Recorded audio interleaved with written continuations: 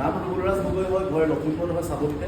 তো বাই প্ৰফেচনেলি কাম কৰি আছোঁ M I lifestyle marketing global private limited নামৰ কোম্পানীৰ লগত জড়িত হৈ as a health consultant and business consultant হিচাপে কাম কৰি আছোঁ। 7টা বছৰ ইতিমধ্যে এই ইণ্ডাষ্ট্ৰিটোত এই কোম্পানীটোৰ লগত জড়িত হৈ কাম কৰি তো সময় পাৰ কৰিছোঁ আৰু 7টা বছৰ জাৰ্ণিটো কোম্পানী যিটো CTC নামৰ ৰেংক ইয়াত মই বিলং কৰি আছোঁ আৰু খুব শ্বৰ্টলি ইয়াৰ ওপৰত যিটো ৰেংক হয় ITC ৰেংকটো মই এক্সিভ কৰিবৰ কাৰণে গৈ আছোঁ। তো তেনেকৈ আমি জাষ্ট যদি মই কওঁ মোৰ ফালৰ পৰা আপোনালোকৰ লগত হয়তো কাৰোবাৰ লগত মিলিব পাৰে। Direct selling and network marketing business বুলি ক'লে মোৰ দৃষ্টিভংগী মতে কামৰ বিজনেছ, টুপি পিন্ধোৱা বিজনেছ, মানুহ ওচৰৰ বিজনেছ, কাম নাপায় মানুহে কৰা এটা বিজনেছ, নপঢ়া নুশুনে মানুহে কৰা এটা বিজনেছ বুলি মই ভাবিছিলোঁ। ঘৰে ঘৰে গৈ চাবোন টুপি বিক্ৰী কৰি থকা বিজনেছ বুলি মই ভাবিছিলোঁ। তাৰ কাৰণে এই বিজনেছটো কোনোদিন কোনো কাৰণত মই আহিব বিচৰা নাছিলোঁ। এই বিজনেছটোৰ কোনোদিন কোনো কাৰণত বিজনেছ মই কৰিম বুলি ভবা নাছিলোঁ। তো মোৰলৈ এজন ব্যক্তিয়ে লৈ আহিছে মিষ্টাৰ দীপেন ছাৰ। এই চেগত ধন্যবাদৰ কৃতজ্ঞতা শুভেচ্ছা জ্ঞাপন কৰিছোঁ দীপেন ছাৰক। দীপেন ছাৰে মোৰলৈ ব্যৱসায়টো লৈ আহিছে। দীপেন ছাৰে মোৰ ওচৰলৈ আহি ব্যৱসায়টোৰ কথা ডিছকাছ কৰিছে আৰু ডিছকাছ কৰাৰ পিছত মই তেওঁলোকৰ কাম কৰিবৰ কাৰণে কোনো মতেই সন্মতি প্ৰকাশ কৰা নাছিলোঁ। বিকজ মই সৰ্বসাধাৰণ মানুহে ভাবি থকাৰ ধৰণে direct selling and network marketing business, কামৰ বিজনেছ, টুপি পিন্ধোৱা বিজনেছ, মানুহ ওচৰৰ বিজনেছ, কাম নাপায় মানুহে কৰা এটা বিজনেছ। তো তেনেকৈ বুলি মই ভাবি আছিলোঁ। আৰু তাৰ কাৰণে 1.5টা বছৰ মই এই বিজনেছটোৰ পৰা আঁতৰি থাকিলোঁ। 1.5টা বছৰ মই যে আঁতৰি থাকিলোঁ, দীপেন ছাৰ কিন্তু মোৰ পৰা আঁতৰি নাথাকিলে। দীপেন ছাৰ মোৰ লগত থাকিলে। তো মই নকৰিলেও তেওঁ মোৰ লগত থাকিলে, এটা বন্ধুত্বৰ মোৰ লগত এটা মানে ৰিলেশ্যন গঢ় দি উঠালে আৰু তেওঁ লাগি থাকিলে এদিন জোৰ জবৰদস্তিকে তো এনেকুৱা ধৰণৰ প্ৰগ্ৰেম এটা, ইয়াতকৈ অকণমান উন্নত মানদণ্ডৰ প্ৰগ্ৰেম, যিটো প্ৰগ্ৰেমৰ নাম হৈছে RTP ৰেচিডেঞ্চিয়েল ট্ৰেইনিং প্ৰগ্ৰেম। সেই ৰেচিডেঞ্চিয়েল ট্ৰেইনিং প্ৰগ্ৰেমটো জোৰ জবৰদস্তিকে দীপেন ছাৰে মোক লৈ গ'ল আৰু ময়ো তাত যাবলৈ বাধ্য হ'লোঁ এটা কাৰণত। কাৰণ তাৰ আগতে কেইবাদিনো মই মিছা কথা কৈছিলোঁ, ধৰা পৰিছিলোঁ। সেই ধৰা পৰাৰ কাৰণে মোৰ লাজ লাগিছিল আৰু সেই লাজটো একচুৱেলি দূৰ কৰিবৰ কাৰণে তেওঁ এটা কথা মই মানিবলৈ বাধ্য হ'লোঁ আৰু সেই কথাটো মানি তেওঁ RTP নামৰ প্ৰগ্ৰেমটোলৈ গ'লোঁ। আৰু RTP নামৰ প্ৰগ্ৰেমটোত গৈ বৰ সুন্দৰকৈ বুজিবলৈ সক্ষম হ'ল what is direct selling and network marketing business and why আমি প্ৰত্যেকজন ব্যক্তিয়ে কিয় এই কামটো কৰাৰ আজি প্ৰয়োজন আছে, এই কামটোৱে এজন ব্যক্তি কি দিব পাৰে আৰু এই কামটো যদি আমি নকৰোঁ তেন্তে আহিবলগীয়া অনাগত দিনত আমি বিচৰা যিবিলাক সপোন বা যিদিনা আমি লাইফটো জীয়াব বিচাৰিছোঁ সেইদিনা আমি যে কোনোদিন কোনো কাৰণত হ'বগৈ নোৱাৰিম, কেলৈ নোৱাৰিম, সেই কথাখিনি সুন্দৰকৈ তাত বুজিবলৈ সক্ষম হ'লোঁ। আৰু সেই প্ৰগ্ৰেমটো এটেণ্ড কৰি মই কামটো কৰিবৰ কাৰণে সিদ্ধান্ত ল'লোঁ। কামটো কৰিবলৈ যেতিয়া মই আগবাঢ়ি আহি গ'লোঁ, আগবাঢ়ি আহোঁতে মই কেইটামান সমস্যাৰ সন্মুখীন হ'লোঁ। সেই সমস্যাকেইটা যদি চোৱা যায়, যেনেকৈ পিংকি পত্ৰ বাইদেৱে আপোনালোকক সুন্দৰকৈ বুজাইছে চাগে, বুজোৱা নাই জানো? এই বিজনেছটো কি বুজাইছে চাগে, বিজনেছটো কৰিলে কি পাব পাৰে বুজাইছে, কিয় কৰাৰ প্ৰয়োজন আছে তাকো চাগে বুজাইছে, নহয় জানো? কেনেকৈ কৰিব লাগে তাকো বুজাইছে। তো তাত সুন্দৰকৈ বুজি পাই গ'লোঁ যে ট্ৰেডিশ্যনেল মাৰ্কেটৰ বজাৰখনৰ পৰা বজাৰ কৰাটো সলনি কৰি ডাইৰেক্ট চেলিঙত বজাৰ কৰি দিলেই আৰু এইখিনি মানুহক ইয়ালৈ লৈ আহিলে এই কামটোৰ জৰিয়তে মই সফলতা অৰ্জন কৰিব পাৰিম। তো ইজি নহয়নে? হয় নহয়?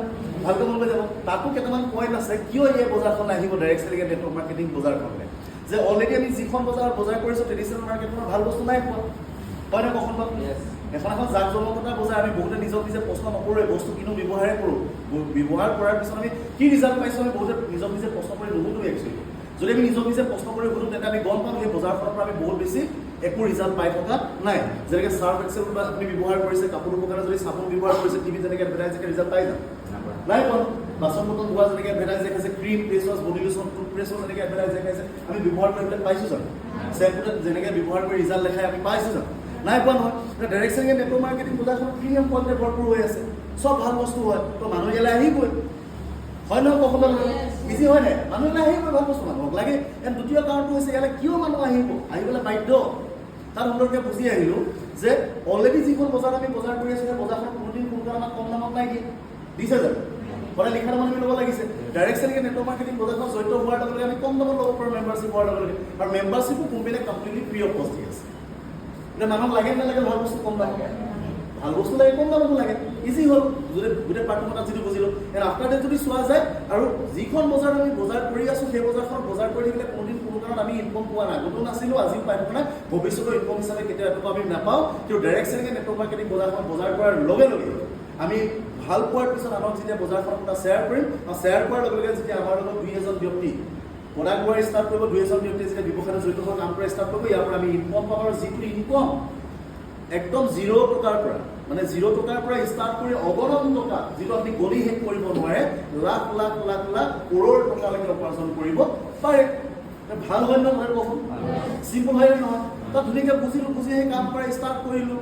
কাম কৰিবলৈ যেতিয়া ষ্টাৰ্ট কৰিলোঁ, মানুহৰ লগত যেতিয়া কথা বতৰা পাতিবলৈ গ'লোঁ তেতিয়া মই কেইটামান সমস্যাৰ সন্মুখীন হ'লোঁ। নম্বৰ 1 সমস্যাত মই সন্মুখীন হ'লোঁ, প্ৰত্যেকজন মানুহৰ ওচৰত গৈ যেতিয়া বিজনেছটো বুজা, বিজনেছটো ভাল বুলিয়ে কয়, মানুহে কয় লাষ্টত এই মুহূৰ্তত কয় যে মোৰ লগত পইচা নাই।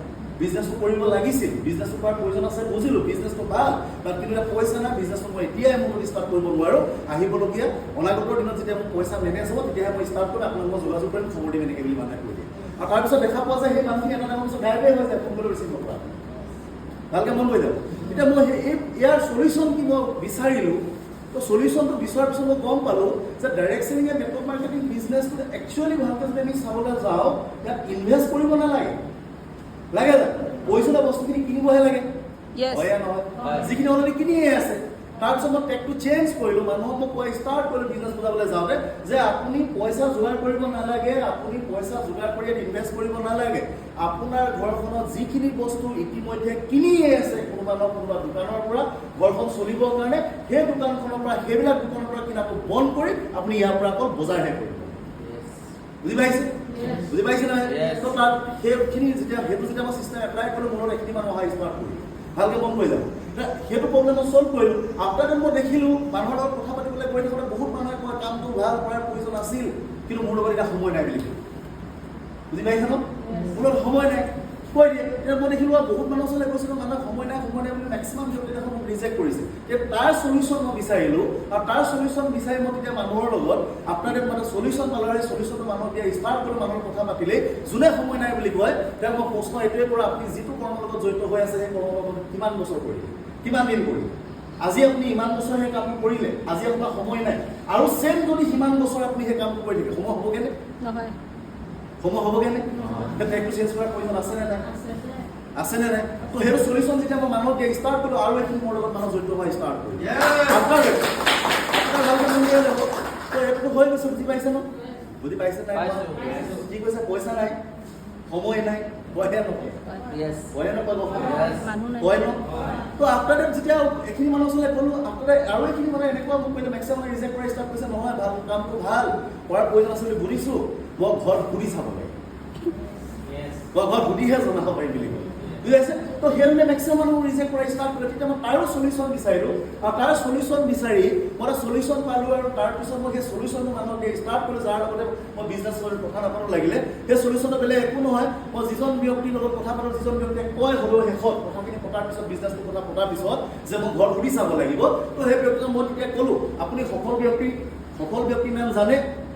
মই তেওঁক সুধোঁ, তো তেওঁ সফল ব্যক্তি যে আপুনি নাম জানে, কাৰ নাম জানে আপুনি কওক, যে আমুক সফল এনেকৈ কৈ যায়। মই তেতিয়া ধুনীয়াকৈ জুকিয়াই দিওঁ যে এনেকৈ আপুনি ক'ব নালাগে, অভিনয় কৰি সফল হোৱা মানুহ আপুনি চিনি পায় নেপায়? নাম কওকচোন। খেলি সফল হোৱা মানুহ আপুনি চিনি পায় নেপায়? নাম কওকচোন। আজি সংগঠন কৰি পলিটিক্স কৰি সফল হোৱা মানুহ আপুনি চিনি পায় নাই? কওকচোন। গান গাই সফল হোৱা মানুহ আপুনি চিনি পায় নাই? কওকচোন। তো দুই এজন মানুহৰ নামটো জানে চবে।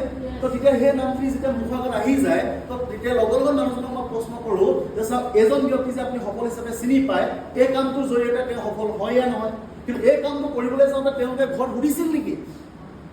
চাওক একবাৰ চেক কৰি তেওঁলোকৰ বায়'গ্ৰাফি। বুজি পাইছে নাই? মানে মিনিংটো চাওক, এইখন পৃথিৱীত যিমানবোৰ সফল ব্যক্তি আছে, কোনো সফল ব্যক্তিয়ে তেওঁ কৰিবলৈ যোৱা কামটো কৰিবলৈ যাওঁতে কোনো কাৰণত ঘৰৰ মানুহক সুধি লোৱা নাছিল। বুজি পাইছে? এতিয়া আপোনাক লাগে নে নালাগে সফল, আপোনাক লাগে নে নালাগে ছাকচেছ? তো লগে লগে সেইটো মই চলিউশ্যন দিয়া ষ্টাৰ্ট কৰিলোঁ। তেনেকৈ আৰু এইখিনি মানুহ মোৰ লগত জড়িত হৈ কাম কৰা ষ্টাৰ্ট কৰিলে। তো তেনেকৈ কাম কৰা ষ্টাৰ্ট কৰাৰ পিছত আৰু ডাঙৰ টিম বনিলে। ডাঙৰ টিম বনাৰ পিছত 3 মাহ কাম কৰি মই নিজে এখন গাড়ী কিনিবৰ কাৰণে সক্ষম হ'লোঁ। 21টা মাহ হওঁতে সপ্তাহত 2,10,000 টকা ইনকাম কৰিবৰ কাৰণে সক্ষম হ'লোঁ। ভালকৈ মন কৰি লওক, 21টা মাহ হওঁতে সপ্তাহত 2,10,000 টকা ইনকাম কৰিবলৈ সক্ষম হ'লোঁ। 25টা মাহ সোমাওঁতে, ভালকৈ 25টা মাহ সোমাওঁতে, 25টা মাহ বহুত দিন নহয় চাগে, হয় হয়, মই নিজে মাটি কিনিবৰ কাৰণে সক্ষম হ'লোঁ। তো ভালকৈ মই 30টা মাহ হওঁতে মই MTC নামৰ যিটো ৰেংক, সপোনৰ ৰেংক, যোনে বিজনেছ প্লেনটোত চাব, দেখিব, বুজিব, তেতিয়া আপোনালোকে প্ৰত্যেকৰে সপোন বনিব যে মই MTC বনিব লাগে। এতিয়া 30টা মাহ হওঁতে MTC বনিলোঁ। এনে ভালকৈ মই 36টা মাহ হওঁতে MG হেক্টৰ হাইব্ৰিডৰ সপোনৰ গাড়ী কিনিবৰ কাৰণে সক্ষম হ'লোঁ। তো আজি যদি চোৱা যায়, বহুত টকা পইচা উপাৰ্জন কৰিছোঁ। নিজৰ চইচ অনুযায়ী যেনেধৰণে এটা ল'ৰাই বিয়া পাতিব বিচাৰে, পইচা খৰচ কৰি নিজৰ পইচাই, নিজে ঘটা পইচাই, তেনেকৈ বহুত পইচা খৰচ কৰি নিজে এখন ৰিচেণ্টলি বিয়া পাতিবৰ কাৰণেও সক্ষম হৈছোঁ। আফটাৰ ডেট নিজেতো বিদেশ গৈছোঁৱে বহুতবাৰ, 3বাৰকৈ থাইলেণ্ড গৈছোঁ, 2বাৰ মালয়েছিয়া গৈছোঁ, এবাৰ ইণ্ডোনেছিয়া বালি গৈছোঁ। ৰিচেণ্টলি ভিয়েটনাম যাবৰ কাৰণেও গৈ আছোঁ আগষ্টত, আৰু অকল নিজে যোৱাই নহয়, টীমৰ বহুত ব্যক্তিক বিদেশ ভ্ৰমণ কৰোৱাবলৈ সক্ষম হৈছোঁ। আৰু আহিবলগীয়া অনাগত দিনত আৰু বহুত কিবা কিবি ইয়াৰ পৰা আমি কৰিবৰ কাৰণে গৈ আছোঁ। বহুত বেছি দীঘলীয়া কৰিব বিচৰা নাই, গোটেই সময়খিনি বাকীখিনি গংগাধৰ অনুষ্ঠান মই এইটো বিচাৰিছোঁ। আৰু প্ৰত্যেকজন ব্যক্তিকে পুনৰ ধন্যবাদ আৰু শুভেচ্ছা কৃতজ্ঞতা জ্ঞাপন কৰি মোৰ চমুকে ক'বলগীয়া ইমান শেষ কৰিছোঁ। Wish you all the best. Thank you. জয় হিন্দ, নমস্কাৰ।